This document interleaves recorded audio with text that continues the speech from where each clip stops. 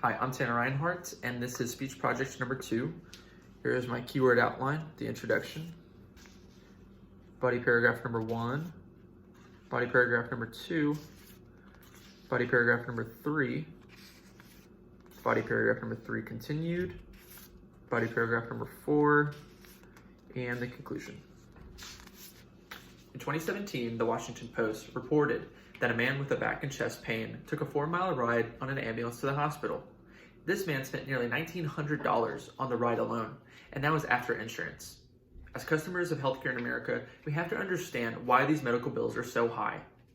The U.S. healthcare system is known by its stakeholders to gouge the American citizen when they require the system services the most. Today we'll take a dive and understand how the American healthcare system works and its issues.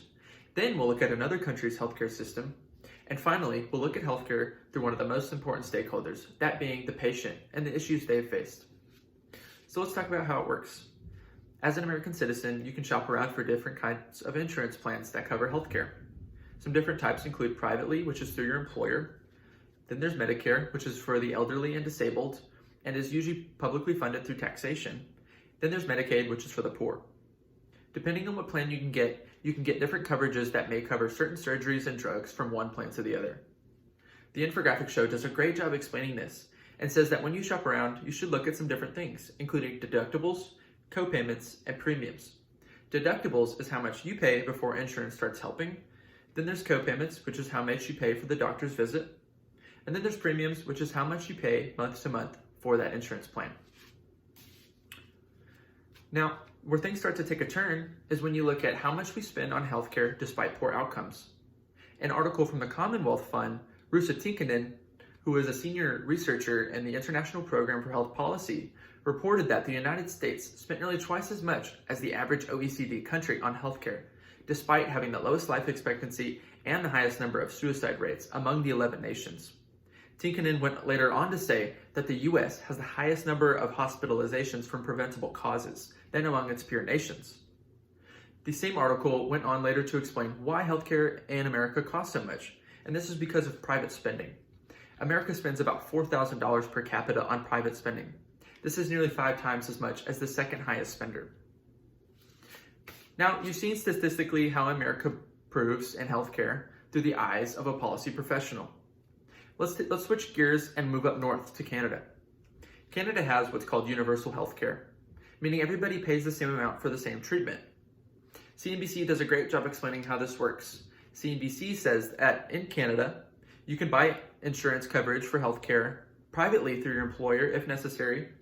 However, common healthcare coverage is based on the province you live in, rather than what is dictated by an insurance provider. CNBC also goes on to show that Canada surpasses the United States in most major healthcare categories. And they do this by only spending 10.4% of their GDP versus the United States, who spends 17.7%. Now, these benefits aren't without some drawbacks, of course. Canadians reportedly said that they experience up to 48 hours in wait times to see a healthcare professional for common things, and wait times for major surgeries are significantly longer than the United States. In the same CNBC video, T.R. Reid, who is a New York Times bestseller and travels the world studying different healthcare programs in different countries, makes it clear and says that in Canada, a rich kid will not get better treatment than a poor kid. He says that governments in different provinces can choose to spend more and sink a little more money into their area's healthcare system. However, it is clear that doctors are not allowed to practice outside of the regulations in their system. So let's switch gears a little bit and look at this from a more critical angle, through the eyes of the common people who have suffered from the healthcare system. NPR did a call out back in 2012 where they asked on Facebook for people to reply with the experiences they've had with the American healthcare system. One woman who waited till the last second to sign up for health insurance missed the deadline by 1 day. Shortly after, her legs started swelling up and she waited till the last possible second to go to the ER for treatment.